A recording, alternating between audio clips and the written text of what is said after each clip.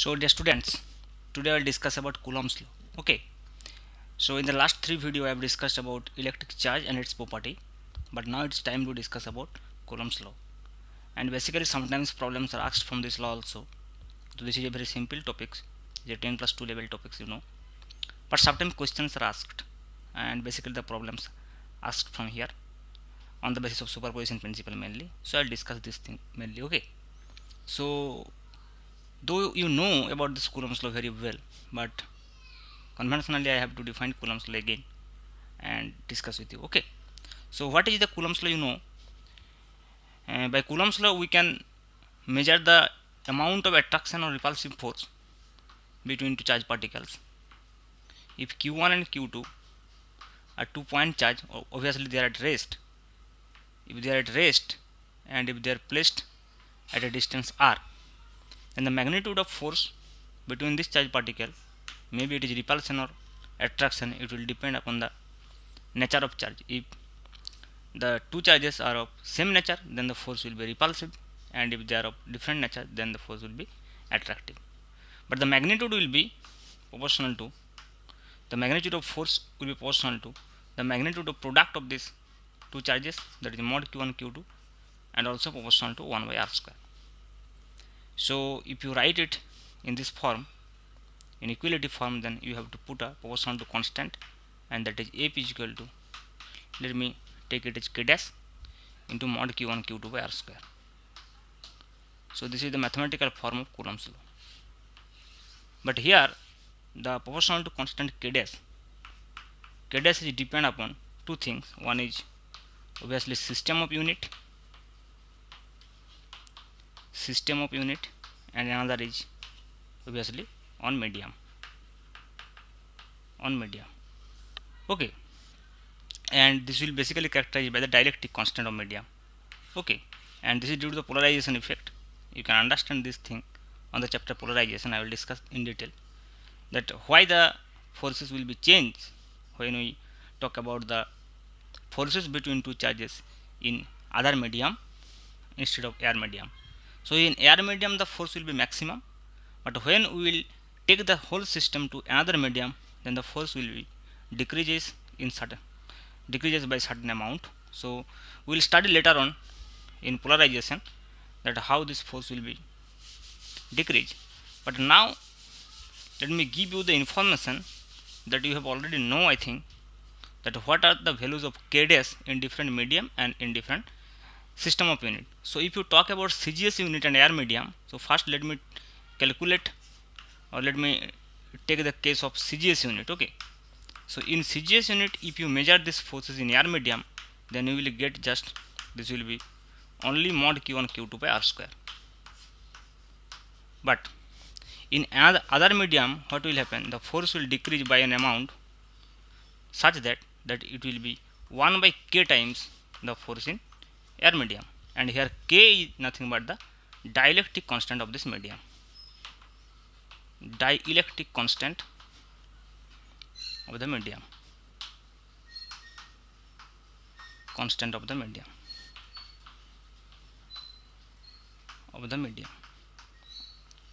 So the force will, Fm means the force in medium will be 1 by k times the force in air medium, and in CGS unit the force in air medium will be mod q1 q2 by r square only. Okay, so if we substitute the value here, then we will get F in medium will be obviously 1 by k times mod q1 q2 by r square. Now if you analyze the whole situation in SI unit, so what will be the form of these forces in SI unit? So if you talk about SI unit, then what will happen? In SI unit, here will be another term that will be 1 by 4 pi epsilon naught. So it will be 1 by 4 pi epsilon naught into mod q1 q2 by r square, and this value of epsilon naught is actually free space permittivity. This is free space permittivity, and its value is 8.854 into 10 to the power minus 12, and its unit is Newton inverse meter inverse to Coulomb square. And if you talk about 1 upon 4 pi epsilon naught, okay, the magnitude of this will be 9 into 10 to the power 9. If you substitute the value here, you will get, and the unit will also be Newton meter square Coulomb inverse 2, because this is in denominator. Okay, so this is the value of 1 by 4 pi epsilon nu. Now if we want to measure the force in other medium, then same equation will be valid. This equation will be valid for each and every system. Either it is CGS unit or it is SI unit, this form will be valid, but the form of force in air medium will change here in SI unit. So in medium, what we will have? We have just 1 by k time the force in air medium, and that is 1 by 4 pi epsilon naught into mod q1 q2 by r square, and that is, you can write it like this: 1 by 4 pi k epsilon naught into mod q1 q2 by r square. And this k epsilon naught is sometimes called 1 upon 4 pi epsilon naught into mod q1 q2 by r square. Okay, and where this epsilon is nothing but, where you can write this epsilon as k epsilon 0, and this is permittivity of that medium, permittivity of that medium,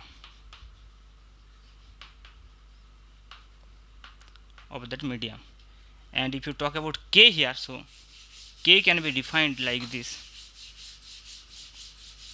that this k is nothing but epsilon divided by epsilon 0, and this is sometimes called epsilon r, and epsilon r is nothing but relative permittivity, relative permittivity.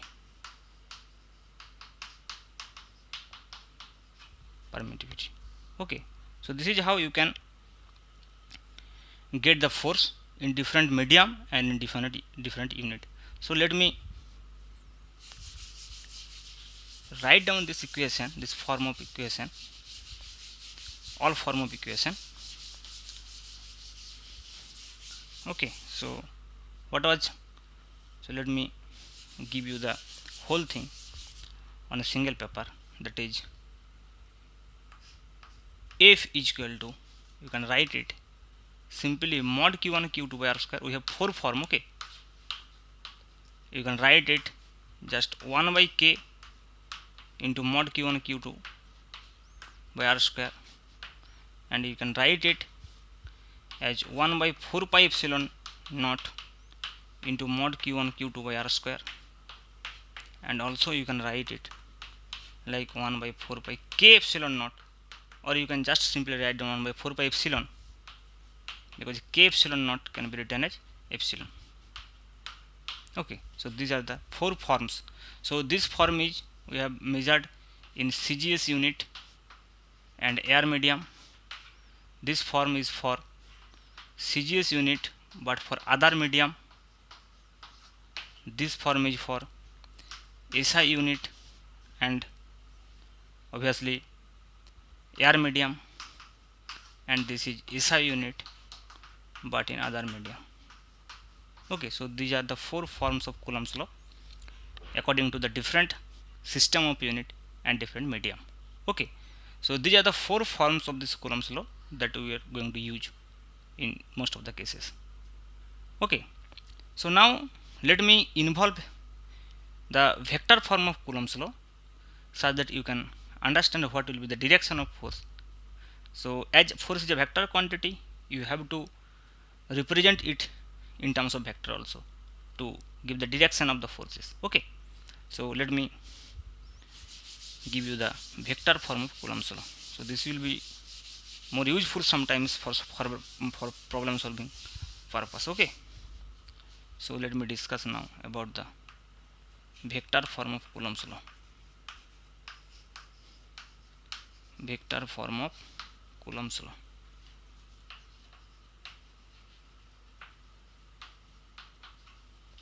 Vector form of Coulomb's law.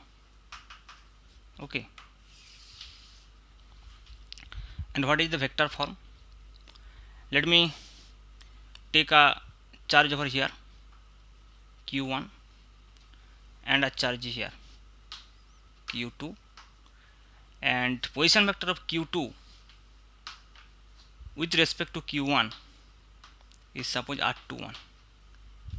So if we want to find out the force on q2 by q1, then that will be along this direction, and let me take this as f21. So what is f21? And along this direction the unit vector will be obviously r21 cap. So what will be the f21?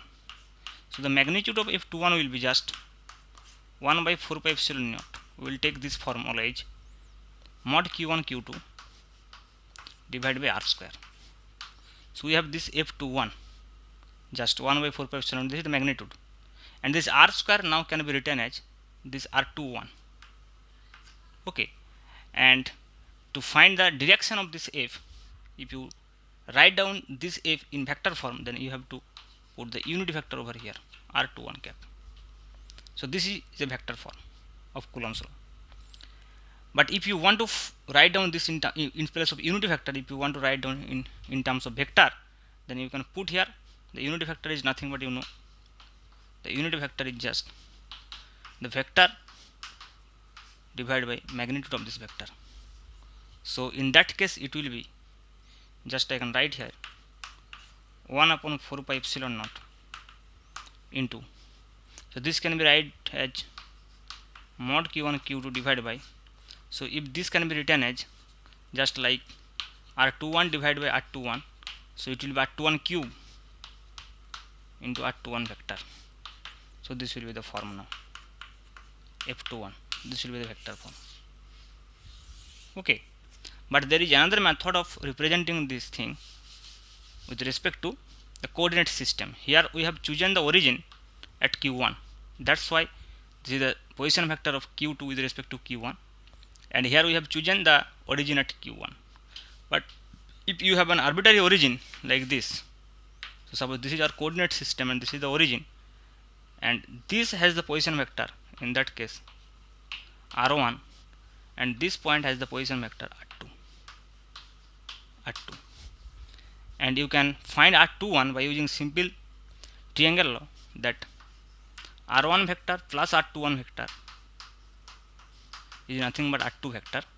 So obviously r21 is equal to r2 minus r1. So if you put here, then you can write it in terms of vector form, in terms of position vector. So that will be 1 by 4 pi epsilon naught into mod q1 q2. r21 means r2 minus r1 mod. Okay, this is the magnitude, and this is the vector, that is r2 minus r1. Okay, so this is the force on charge q2 by charge q1. Similarly, you can find the force on charge q1 by q2, and this all 2 will be replaced by 1 and 1 will be replaced by 2. In that case you will get this form. You can do it very easily. This will be now f12, and it will be 1 by 4 pi epsilon naught into mod q1 q2 divided by, you can write it as r1 minus r2 mod cube into r1 minus r2 into r1 minus r2. Okay, so this will be f12, and you can easily find out that f21 is equal to minus f12. Obviously it will follow the Newton's third law. Okay, because this is the action reaction, mutual action reaction, so it will obviously follow the Newton's third law. Okay, so this is the vector form of Coulomb's law. Now let me involve the superposition principle, because it is not necessary that always in the system two charges will present. If more than two charges are present, then how can we handle the situation?